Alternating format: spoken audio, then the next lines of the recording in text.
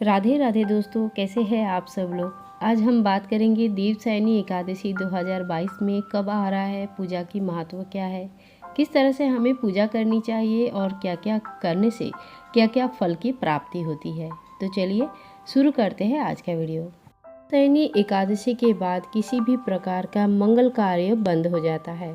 इसके बाद शादी ब्याह मुंडन जनेऊ इत्यादि सभी प्रकार का जो गृह प्रवेश, नया गृह निर्माण, देव स्थापना तथा नया व्रत की शुरुआत, ये सब नहीं होती है, परंतु इस समय की गई पूजा अर्चना का बहुत ही ज़्यादा फल की प्राप्ति होती है।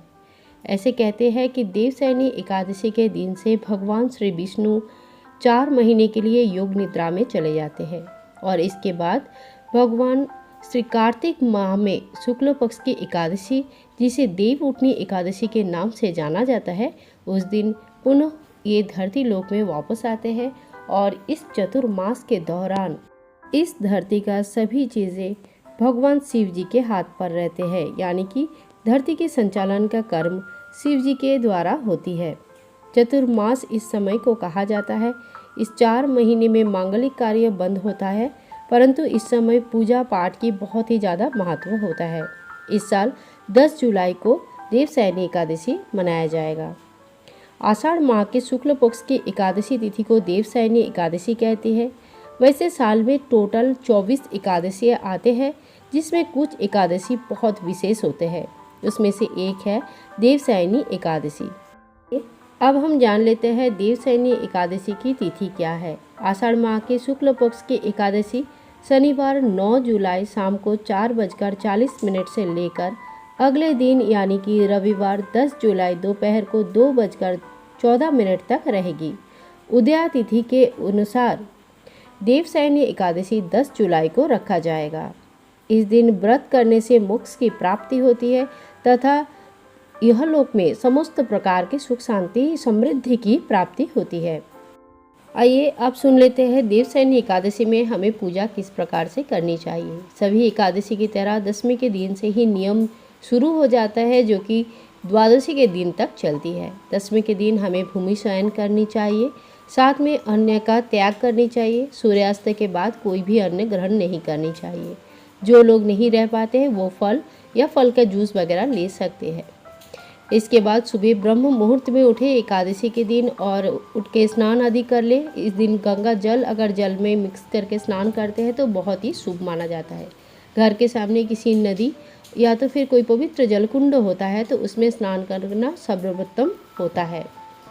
स्नान के बाद मंदिर की पूजा कर ले। आप चाहे तो देवशयनी एकादशी की पूजा अपने मंदिर में भी कर सकते हैं या अलग से पाटा लगाकर भी कर सकते हैं। देवशयनी एकादशी के दिन भगवान श्री विष्णु साथ में माता लक्ष्मी की बड़ी ही विधि विधान से पूजा होती है। घर में लड्डू गोपाल जी विराजमान है तो लड्डू गोपाल जी की भी पंचामृत स्नान करके इस दिन विधि विधान से पूजा करें।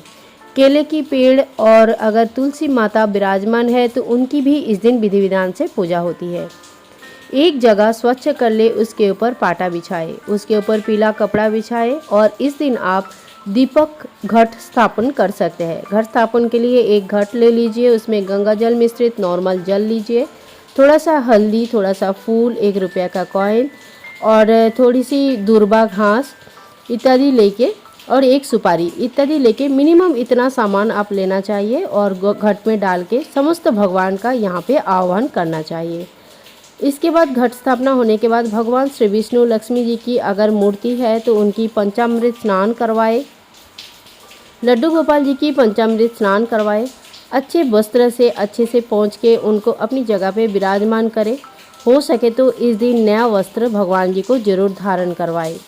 पीला वस्त्र धारण करवाना अत्यंत शुभ माना जाता है, लेकिन अगर नहीं है तो जो भी आपके पास है या तो फिर पुराने वस्त्र भी जो है उसको भी शुद्ध करके आप भगवान को पहना सकते हैं। इसके बाद भगवान को तिलक करें और भगवान को आसन दें। हाथ में थोड़ी सी जल और थोड़ी सी फूल लेके संकल्प करें व्रत का संकल्प करना बहुत ही आवश्यक होता है। व्रत की संकल्प करने के बाद जल और फूल जमीन पे छोड़ दें। इसके बाद भगवान जी को पंचोपचार पूजा करें, धूप दिया दिखाए, भोग प्रसाद चढ़ाए, पीला फूल पीला फल चढ़ाए और इसी तरह से भगवान को सुगंधि भी चढ़ाए। पंचोपचार पूजा होने के बाद भगवान की आरती करें। साथ में केले के पेड़ और तुलसी के पेड़ अगर है तो उनकी भी इसी तरह से पूजा करें। इसके बाद भगवान के व्रत कथा जरूर सुने। सुबह और शाम दोनों समय पूजा और व्रत कथा सुनना आवश्यक होता है। पूजा होने के बाद बहुत लोग देव को शयन दिलाते हैं। गृहस्थ जीवन में मन ही मन जो शयन दिलाया जाता है वही सर्वोत्तम माना जाता है।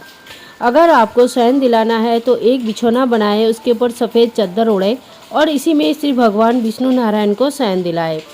ऐसी जगह पे शयन दिलाए जहाँ पे उनको उस दिन कोई डिस्टर्ब ना करे। लेकिन इसका मतलब ये नहीं होता है कि चतुर्मास के व्रत में भगवान विष्णु सोए रहेंगे। पार्थिव जीवन में जो हमारे गृहस्थ जीवन में हम इन चतुर्मास में भगवान श्री विष्णु की लड्डू गोपाल की नित्य पूजा जैसे करते आए हैं उसी तरह से पूजा करेंगे।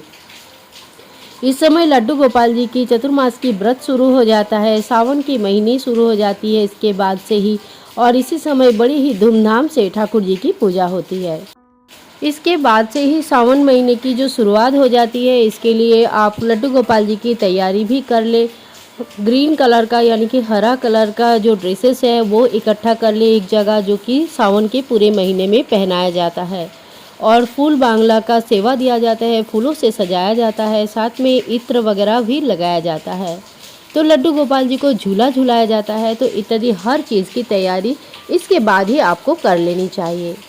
देवशयनी एकादशी की पूजा करने से जीवन में बहुत ही सुख शांति समृद्धि आती है, साथ में मृत्यु के बाद मोक्ष की प्राप्ति होती है। एकादशी के दिन रात को जागरण की विधि विधान है। अगर जागरण कर सकते हैं, भगवान का सहस्त्र नाम जप कर सकते हैं, हरि नाम कीर्तन कर सकते हैं तो बहुत ही अच्छा है। नहीं भी कर सकते हैं तो रात की 12 बजे तक कम से कम जगे रहे। इसके बाद 12वें दिन में यानी कि जो द्वादशी तिथि में हरिवासर के बाद जो समय होती है पारण की, उसी समय हमें पारण जरूर करनी चाहिए। पारण से पहले हमें दान सामग्री जो भी आपने दान करनी है अपनी सामर्थ्य के हिसाब से वो दान कर दीजिए। और अगर तुरंत दान करना संभव नहीं है तो उसको साइड में हटा के रखें और समय अनुसार 1-2 दिन के अंदर अंदर दान कर दीजिए। दान की सामान हटाने के बाद सवेरे आपको स्नान आदि करके भगवान श्री विष्णु की फिर से पूजा करनी है और तुलसी दल युक्त जो जल है वही पी के अपनी पारण करनी है। भगवान श्री विष्णु को लगाया गया भोग भी खा के बहुत लोग पारण करते हैं। इसी तरह से देवशयनी एकादशी बहुत ही सरल तरीके से आप मना सकते हैं, जिससे कि आपको संपूर्ण फल की प्राप्ति होगी। किसी भी नियम से बड़ा नियम ये होता है कि आप जो है जब कोई पूजा कोई चीज़ दिल से करते हैं, मन से करते हैं, कोई संकल्प लेके करते हैं तो उन पूरा जरूर होती है। दोस्तों, वीडियो अगर अच्छा लगा है तो लाइक करें, शेयर करें, कमेंट करें, चैनल को सब्सक्राइब करके रखें ताकि आगे आने वाली वीडियोस में आप और हम कनेक्टेड रहें।